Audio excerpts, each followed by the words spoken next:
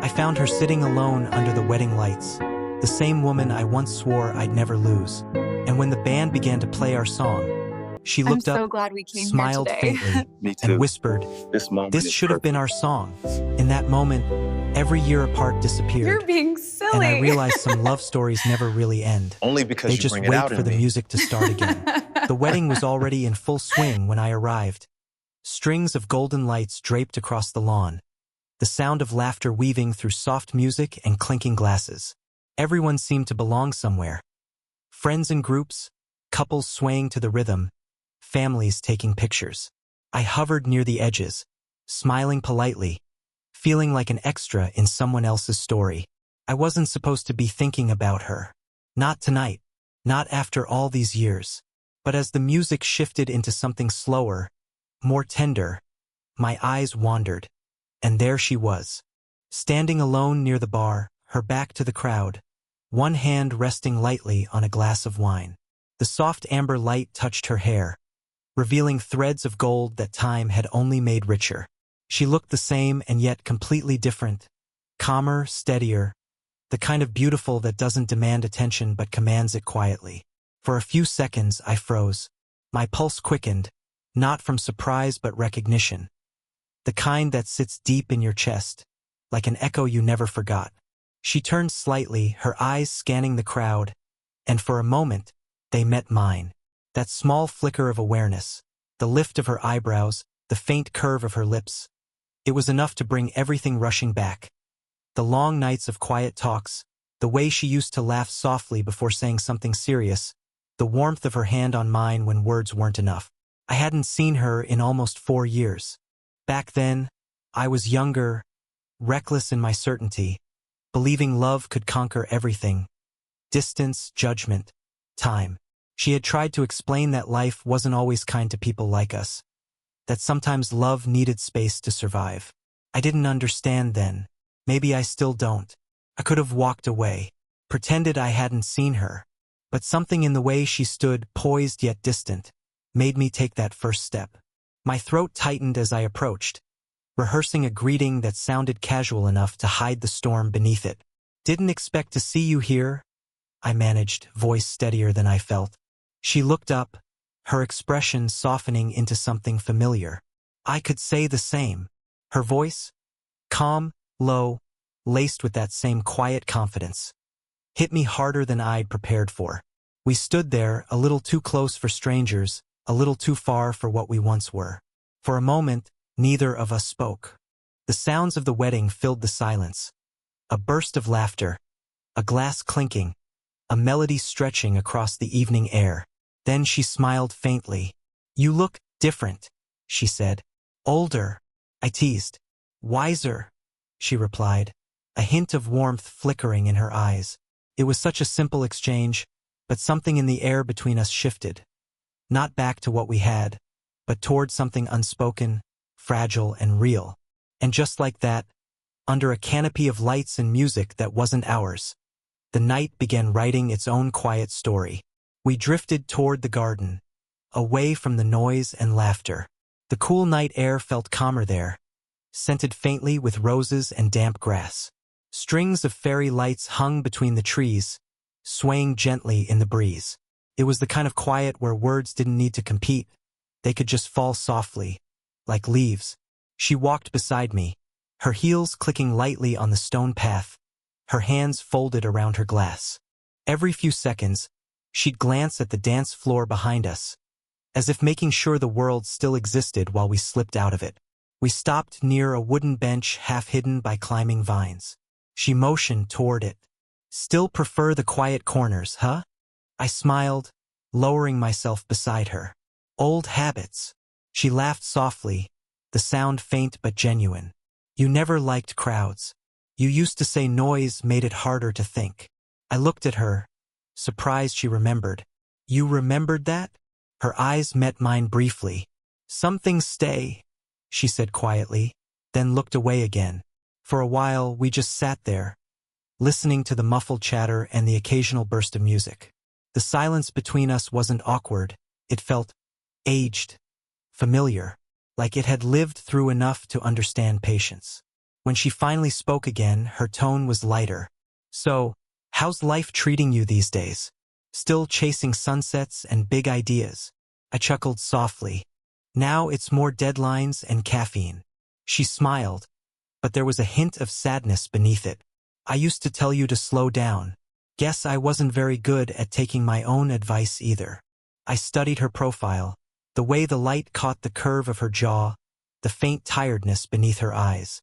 She looked like someone who'd carried too much quietly. There was strength in that, but also a kind of loneliness that no one else seemed to notice. "Do you ever miss it?" I asked, surprising even myself. She turned toward me, brows lifting slightly. "Miss what?" "Those days," I said softly. "The late talks, the coffee runs, the feeling that time didn't matter." Her fingers tightened around her glass.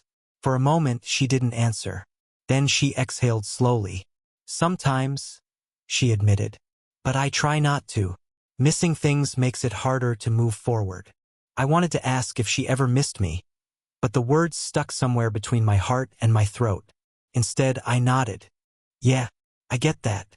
Her lips curved into a small, knowing smile. "You always did." Something about the way she said it, gentle, almost affectionate, stirred something deep in me. It wasn't nostalgia anymore. It was recognition. She was the same woman, and yet not. Time had softened her, maybe healed her in ways I couldn't see. But sitting there beside her, I realized I hadn't really healed at all. When she brushed a loose strand of hair from her face, the gesture was so familiar it almost hurt. I looked away, pretending to study the lights. She caught me smiling and asked, "What?" "Nothing," I said quietly. "Just feels strange how easily it all comes back." Her gaze lingered on me for a heartbeat longer than it should have. Then she whispered, almost to herself, "Yeah, it does." And for that moment, under the soft glow of the garden lights, it felt like time had paused, waiting to see what we'd do next. We might have stayed in that quiet corner all night if not for the music. The band inside shifted tempo. The laughter faded, the chatter softened, and then a familiar melody spilled into the air like a memory uninvited. It started as a slow hum, carried by the wind through the open doors. The kind of song that demands stillness, the kind that pulls you back to wherever it first found you. She stilled. Her fingers froze around the rim of her glass. For a second, I thought maybe I was imagining it, but then her eyes flicked toward the dance floor. A soft tremor ran through her shoulders, subtle but visible, and I knew she recognized it too. That song. The one we'd played 100 times in her apartment years ago. The one that filled the spaces between us when words fell short. I remembered the night we first danced to it, barefoot on a wooden floor, the city humming outside her window. She had laughed when I stepped on her foot, then pressed her forehead against mine, whispering, "This song will always find us."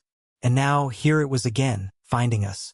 I swallowed hard, unsure what to say. The sound of the melody tugged at something deep inside me, the part that had never really moved on. She let out a slow breath, setting her glass down on the bench beside her. "I didn't think I'd ever hear this again," she said softly. Her voice carried that mix of surprise and ache, like a truth you've tried to forget but can't. I tried to smile, but it faltered halfway. "It still sounds the same." She looked at me then, really looked, eyes steady but glimmering with something fragile. And then, almost under her breath, she whispered, "This should have been our song." The words landed gently, but they tore through the silence like glass breaking underwater. My chest tightened. Every moment we'd shared seemed to echo in those 6 words. Every goodbye, every quiet night we'd spent pretending timing didn't matter. For a second, neither of us moved. Her gaze drifted back toward the wedding crowd, where couples swayed together under the golden lights, faces close, laughter spilling like soft echoes. I followed her eyes, watching strangers move to our melody, the same rhythm that once belonged to just us. She blinked quickly, trying to smile, but it trembled before settling into something gentler. "Funny, isn't it? How songs remember what people try to forget." I wanted to tell her that I'd never forgotten, that every time that song played anywhere, I saw her in the rhythm, in the pauses, in the ache between the notes. But I didn't.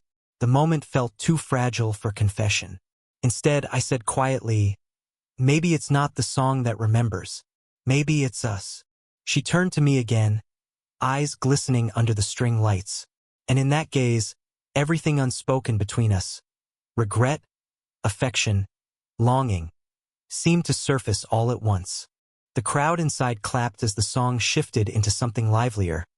But we stayed still, lost in the echo of what had just passed between us. In the soft pause after the music faded, she exhaled, slow, careful, as if releasing years of silence in a single breath. And though the wedding went on, for the rest of the night, that song played quietly between us. Not through speakers, but somewhere deeper. The music inside shifted again, but that earlier melody, their melody, seemed to linger between us, ghost-like. Couples filled the floor, the rhythm gentle, arms entwined, smiles exchanged in half-light. From where we stood, the glow from the chandeliers softened into a warm haze that blurred the edges of everything except her. She set her glass down, eyes fixed on the dancers. "They make it look easy," she murmured. "Maybe it is," I said, "when it's not supposed to mean anything." That made her smile faintly, the kind that hides more than it shows. The band played another slow tune, quieter now, its rhythm spilling into the garden through open doors. For a long second, we just stood there, caught between wanting to move closer and pretending we didn't. Finally, she turned toward me. "Do you still dance?" I hesitated, then shrugged. "Not since you." Something softened in her expression. Surprise, maybe guilt, maybe a trace of old tenderness. Without speaking, she extended her hand, palm open, fingers trembling ever so slightly. "Then maybe it's time you did." Her voice was steady, but the moment felt fragile, like it could break under the weight of a single wrong word. I took her hand.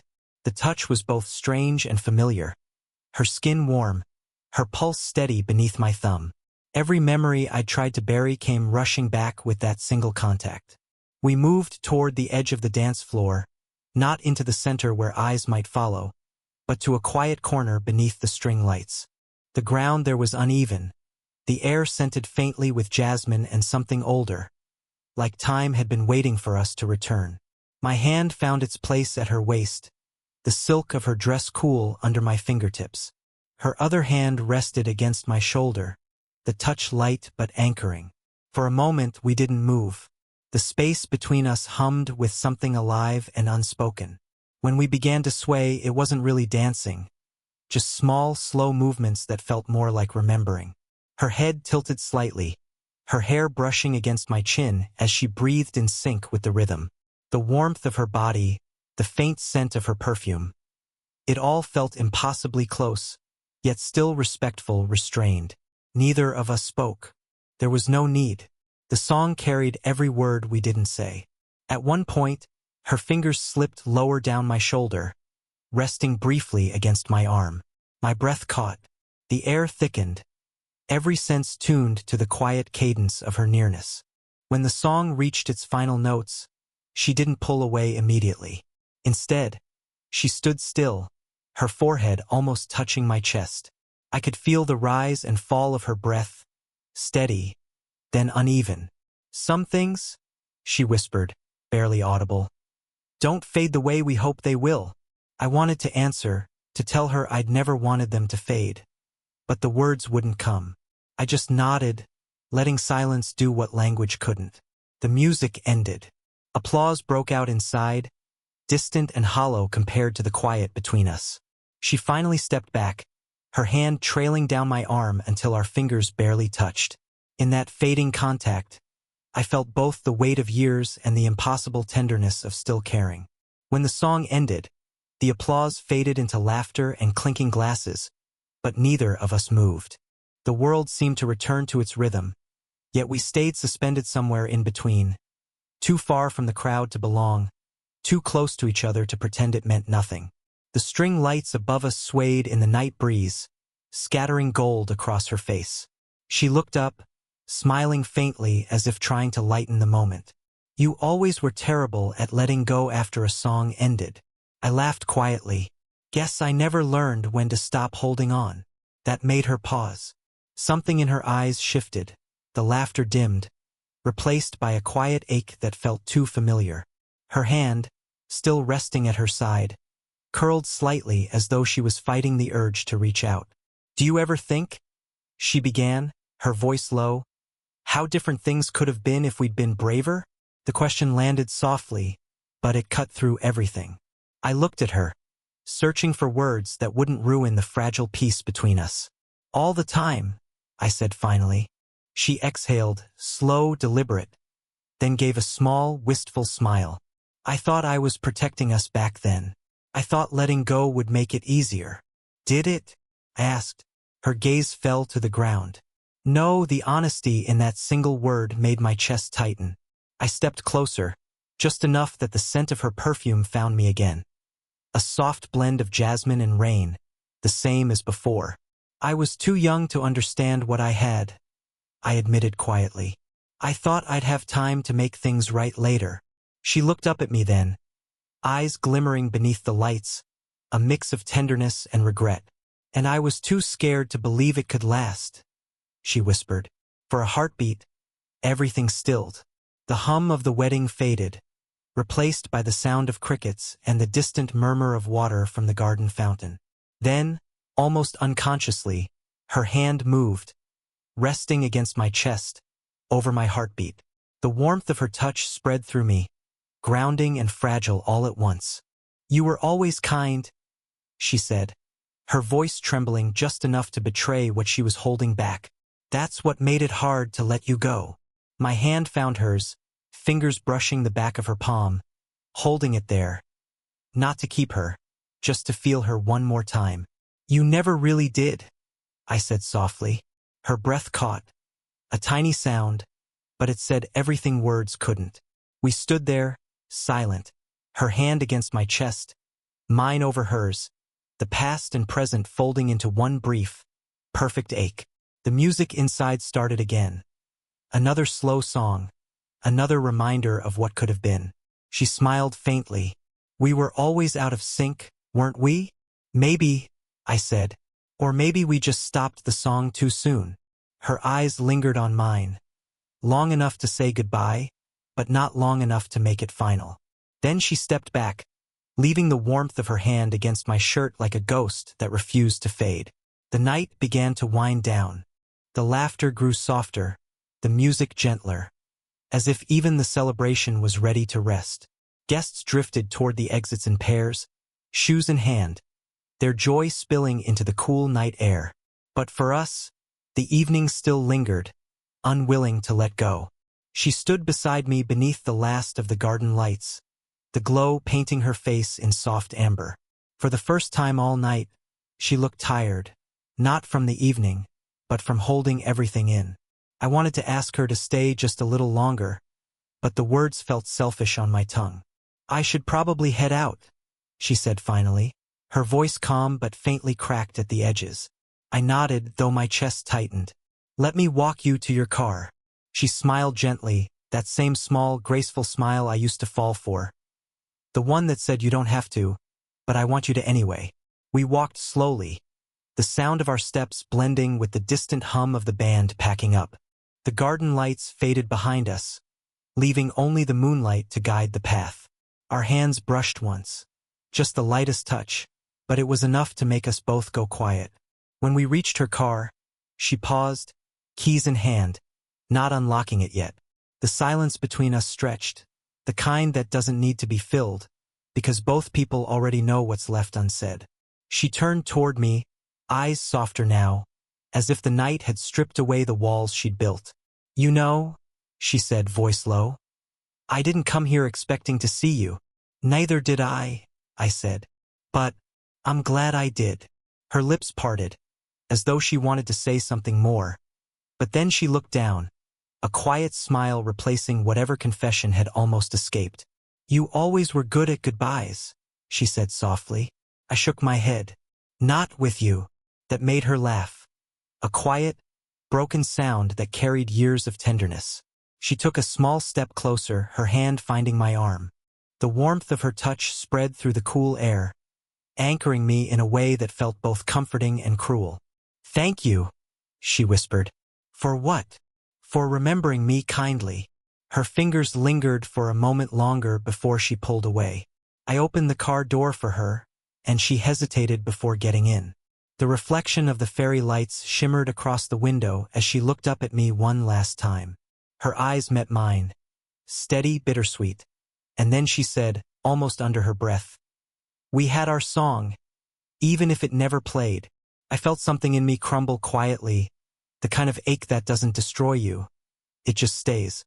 She smiled one last time, gentle and sure, then closed the door. The engine started, headlights flickered on, and the car began to roll forward. I watched until the red glow of her tail lights disappeared into the distance. The night was silent again. No music, no laughter, just the echo of her voice lingering in the still air. I stood there for a long time, the scent of jasmine still clinging faintly to my sleeves, and realized that sometimes love doesn't fade. It just learns how to live quietly inside you. The next morning arrived quietly. No alarms, no rush, just sunlight creeping across the room, soft and golden, warming the half-empty coffee mug on the bedside table. The world outside sounded distant. A few birds, a faint hum of traffic, but mostly silence, the kind that lets memory speak freely. I lay there for a while, eyes half open, letting the night replay in fragments. Her voice, her smile, the way the lights had painted her skin in soft gold, the weight of her hand against my chest. Not heavy, just real. It felt like a dream, yet too detailed to be anything but memory. The phone on the table buzzed. I reached for it, expecting the usual notifications, emails, noise, but it was just one message. Her name, the same contact I'd never deleted, though I'd stopped opening for years. "Thank you for dancing with me again." That was all it said. No punctuation, no promises, just the quiet grace of closure.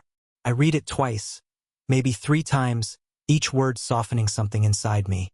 There was no ache now, only a gentle warmth, the kind that lingers after a storm has finally passed. For a long moment, I just sat there, phone in hand, smiling to myself. Not sadly, not with regret, just with peace. Because last night hadn't been about reliving what we lost. It had been about acknowledging what we'd once had. I walked to the window. The sky was a pale blue, the kind that feels freshly washed after rain. Somewhere nearby, a song played faintly from a car radio. Not our song, but something close enough to make me pause. I closed my eyes and let the music drift through me. This time it didn't hurt. It didn't pull me backward. It simply filled the quiet with something beautiful and fleeting, like a memory finally set free. I thought about how she'd looked when she said goodbye, not with regret, but with gratitude. She had aged gracefully, not in years, but in calm. There was peace in her now, a steadiness I hadn't noticed before. Maybe she'd finally found her place in the world. Maybe, in some quiet way, I had too. I made coffee, opened the curtains wide, and let the morning light flood in. The scent of jasmine still lingered faintly on my shirt, and for once, I didn't rush to wash it away. Some things deserve to fade on their own time. Love, I realized, doesn't always end in grand gestures or promises kept. Sometimes it ends with a slow dance under borrowed lights, a shared silence, and a message that says thank you instead of come back. I played our song once more before leaving. The notes filled the room softly, carrying no pain this time, only the memory of a woman who once whispered, "This should have been our song." And the peace of knowing that, in another life, maybe it was. As the last note faded, I smiled. Some stories don't need to continue to be complete. Some are perfect because they end gently.